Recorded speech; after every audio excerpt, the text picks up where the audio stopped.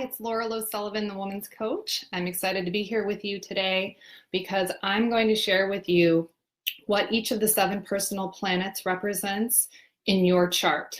As a former lawyer and advocate, I love using astrology as a tool in my life coach practice because it helps my clients to see and understand all the parts of themselves. And I'm a big believer that self-knowledge, when we can see and understand ourselves at a deeper level, that's when we can truly step into our power. And in this day and age, when there are so many power structures in the world that need to be redefined, it's critically important that we are all standing in our power. So I'm going to go quickly through the 7 planets. I'm going to give you a visual representation of what they look like so that if you're interested in looking at your own chart, which you can get by going to astro.com, enter your birth date, hopefully you know the time that you were born and where, and then you can print out your own chart. I know for a lot of people it can be confusing when they first look at the chart, so I'm going to break it down and make it really simple. And hopefully this is fun and educational so that you can learn more about your own chart. So the first symbol, probably the most well-known, is the sun.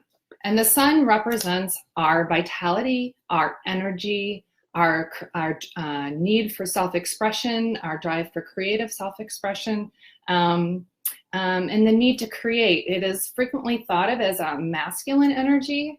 And on the negative side of the sun can show up as arrogance or excessive pride. So that's the sun. And that is one of the most 2 well-known planets. Hey, Leslie. The other one is the moon. And the moon is considered to be a more feminine energy. The moon is associated with our emotional body, our sense of security, how we feel secure, supported in the world, the things that we do that make us feel supported. It also represents our past. So our conditioned responses or learned responses to our experiences in life. And it's very much associated with our self-image. And the negative or shadow side of the moon can be oversensitivity and being extremely sort of self-inhibited. So that is the moon, probably the second most well-known planet in our chart. This is Mercury, and Mercury represents our intellect. It's frequently associated with communication, how we communicate, direct verbal communication, as well as our rational mind. How do we use our mind to discern and to judge and to discriminate and to reason? Mercury is the negative or shadow side of Mercury can show up as maybe one-sided communication or being manipulative or underhanded in your communication. And when I'm talking about the shadow sides, you would need to know more details. You can't just look at your chart and know, but you would look at things like the relationships between 2 planets or the positioning. And I will go into this video is meant to just introduce you to the planets because the planets all represent part of our energetic body. We are represented in our chart. A part of us is represented by each one of these planets. So the next planet is Venus. Venus might be behind the sun and the moon, the most well-known of the planets. It's associated with love. It's also the things that we value. So both material things, depending again where this is in your chart, it could show that you have a propensity for really valuing material objects and money. It also represents our aesthetic sense of taste and beauty and refinement. And the negative side or the shadow side of Venus is self-indulgence or greed or maybe inhibition or inability to express and show love to others. Okay, then we have Mars, which is a masculine energy. This is our drive and our will and our ambition. It's associated with physical action. It's also associated with our sex drive. It's our self-assertion and our need for excitement and stimulation in life. And the shadow side of Mars is over-aggressiveness, forcefulness, and violence. Okay, then we have Jupiter. Jupiter is the beneficent planet. Wherever Jupiter goes or shows in your chart, it's an area of your life that is usually blessed. Again, this depends upon the aspects, if it's positively or negatively supported in your chart. And wherever Jupiter is, things expand. So when it's in the first house, which is the house of self, sometimes you have to be a little careful of that, because that could mean that literally you have a propensity to expand physically.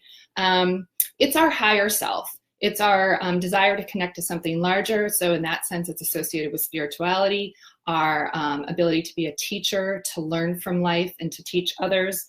The negative or shadow side of Jupiter can be laziness, sort of overconfidence in oneself. Yeah, so those are the negative side. And then we get to Saturn, and Saturn is our is disciplined effort. It is our drive to become our own inner authority. Saturn is perhaps one of the most interesting planets for me, because it rewards us, but it often shows up in our life, or feels like a place in our life of restriction. And so in that sense, it's the power that we grow into over time. It's our ability to accept our responsibilities and our duties. It also reflects patience and our ability to be organized. So when we are willing to do the right side of Saturn in our life, then we are rewarded over time. The negative or the shadow side of Saturn can show up as being very rigid or restricted in our ability to self-express. It can show up as shyness, and just like extreme fearfulness around taking action in life, around taking risk, around doing the things that we need to do to really be able to step into our authority. And for this reason, I think that Saturn is perhaps the most significant planet. And I always look at this, nearly always look at this first in the charts of my clients, because it really reveals a lot about where we've come from and where we need to go in order to really fulfill, it's a karmic planet, in order to fulfill our destiny.